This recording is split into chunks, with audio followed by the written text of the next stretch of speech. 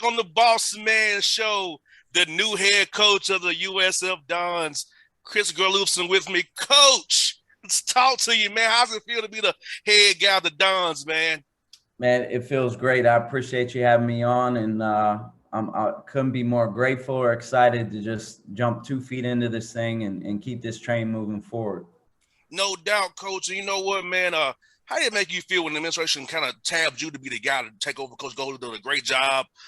He was a good friend of the show as well. So let's talk about them saying, "Hey, coach, we believe in you. We believe in your vision, and let's keep this thing going." Yeah, no, I couldn't be more happy or grateful for just the university for the timeliness which they moved. I mean, this thing happened within 24 hours of Todd accepting, the Florida job, and I think that just speaks to the administration from Joe McDermott to Father Paul and Charlie Cross, the vice president here. I always say sometimes the best interview is the job you're in, and I guess their eyes on me all year, and they felt comfortable enough with the job that I had done to want to turn the reins over to me. So couldn't be more happy or thankful for them making that decision. And I'm pretty sure the guys are happy as well because the guys know who you are, they know what you're about. You're offensive coordinator for the team these past years that you've been there, man. So talk about the guys, man, what they mean to you as well, knowing that the guys support you and want you to be their coach as well. Yeah, no, that's the most important thing to me is and we just got out of a team meeting not too long before this, and we just talked about the relationship piece, and how much I value that, and that's going to be a big thing that I hang my hat on is the relationships with the players and being relationship based. So them feeling good about me and me feeling good about them, it's a two-way street. I'm going to give them my heart, and hopefully they're going to give me theirs in return. And, that's when you have a chance to really continue to do special things as a program. No doubt, man. No doubt. Man, as kids are coaches, this man. My dad was a coach. I didn't choose that path for a reason. I prefer radio. Yeah. So what I ask you is, what made you want to get into coaching? Because I know for my dad was just trying to help young men in Atlanta. Mm-hmm. But what was your motivation to want to get into coaching? Yeah, it was some of that.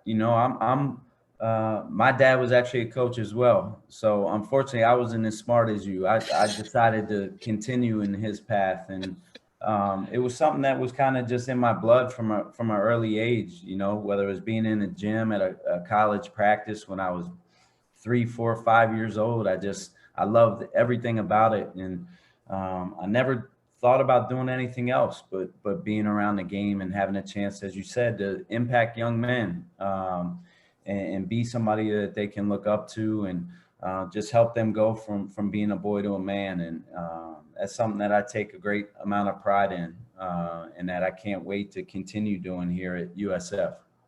No doubt. And like you said, coach, this man, like, coaches really impacted me as well. Like, I know my dad's a coach, but that's my dad. But guys right. I've played for, football-wise, basketball-wise, are the guys who I still talk to is like Randy Peel, a guy who takes us who I talk to at least once a week. A guy's been in my corner for years, So guys like that, like you say, impacting a young man's life forever. Like, talk about that piece a little bit more, because I feel like when we come to you all as young men, you help make us better, be better husbands, better fathers, better businessmen, better players, and better people all around once we leave that campus. Yep. No, Randy Peel's a great guy and a tremendous coach, by the way. I know Randy well. But yeah, I mean, I always try to look at it like this: when you as a parent drop your son or your daughter off at college and you entrust a coach to kind of be the extension of you, as a coach, I want to return your son or daughter to you in a better place than they were when you dropped them off, and I think that's the progression of going from, a 17, 18-year-old wet behind the ears, to being somebody who's ready to step foot in the real world and be successful. So that's something that I take a lot of pride in. And I think, not just with myself, but the way our staff's going to be, that's going to be something that we continue to do here, is really develop young men.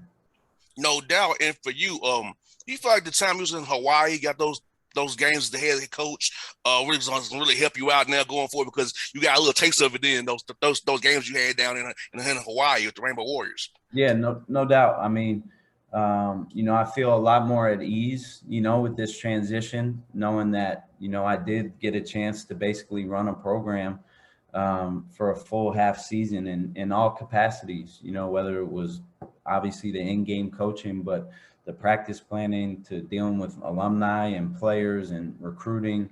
So I feel like I almost had, a little on-the-job training with that, and it's really prepared me for this opportunity now. I think I would probably feel a lot more overwhelmed than I do at this point, but I feel really at ease.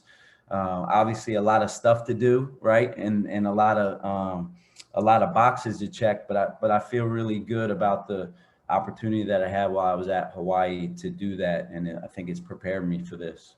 No doubt. And you're in a tough conference. The WCC is a tough league, man. I mean, Gonzaga is one thing, but I mean, everybody's gotten better in that league. I mean, it's not no easy nights in the West Coast Conference. Talk about the conference as a whole and about the level of basketball. People don't really realize.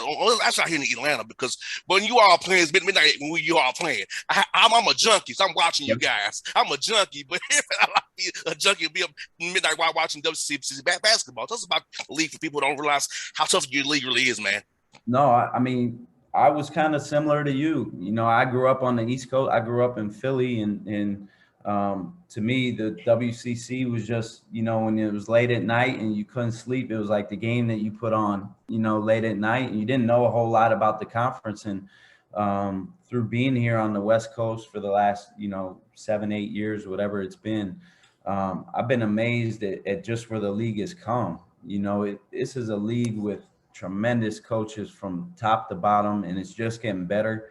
I think this year was by far the best the league has been. I think Mark Few has talked about that a lot. Randy Bennett's talked about that a lot, is just a transformation of the league, and the players are getting better. The coaching is getting better.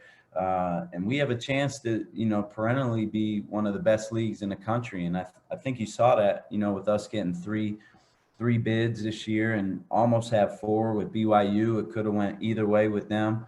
And Santa Clara was darn good too.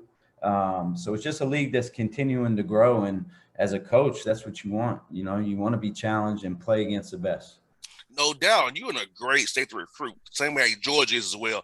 California, so much time from Northern California, Southern California. You'll go with the Oregon as well, Washington as well, and out in the mountain areas as well in the desert. So talk about the recruiting base. You can just go and cast a net just out west to find players to come play for you who want to come to San Francisco, a great school, great education, and enjoy the environment of that city.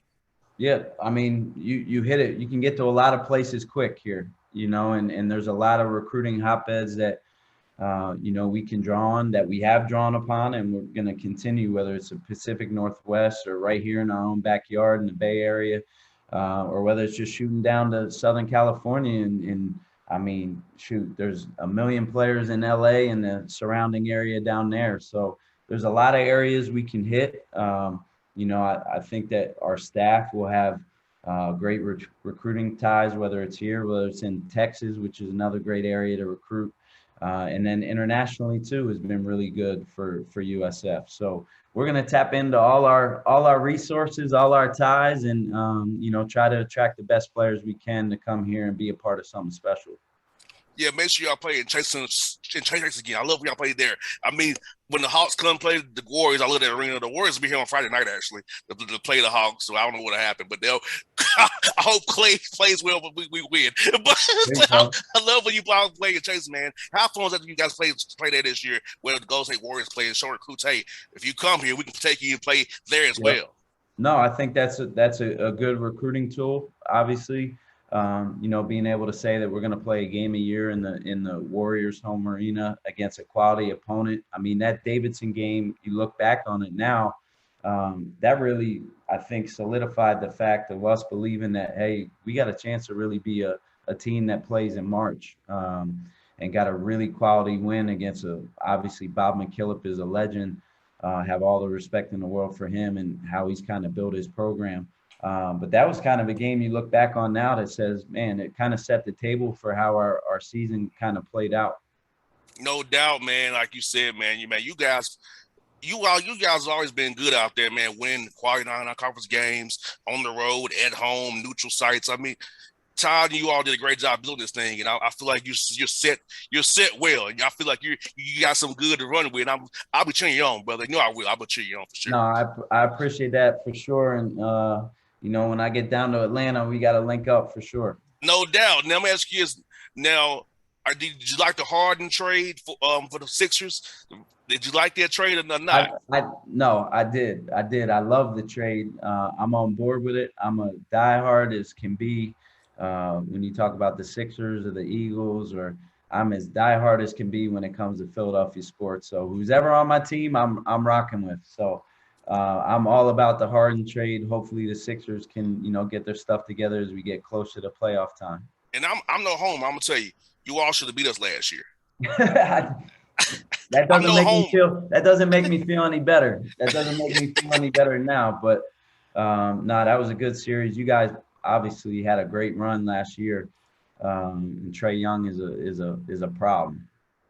No doubt, man. I'm thinking, you know, I told my friends, I said, look, I'll probably be home by tax day because I don't see us getting how to play in tournament. So I'm being real. I'm gonna be on vacation come tax day. I hope you're wrong for your sake, but you know we'll have to see what happens as we come down the home stretch here. No doubt. Well, Coach, man, thank you for your time today, brother. And we do this again real soon. And we come to Atlanta, I got you. We go to Buckhead, get some food, man. There we go. Hang out, man, out there, man, for real. There we go. I appreciate you and everything you do. I hope we talk some more. No doubt, buddy. Thank you so much, man. Thanks, y'all. Appreciate you, man. No doubt.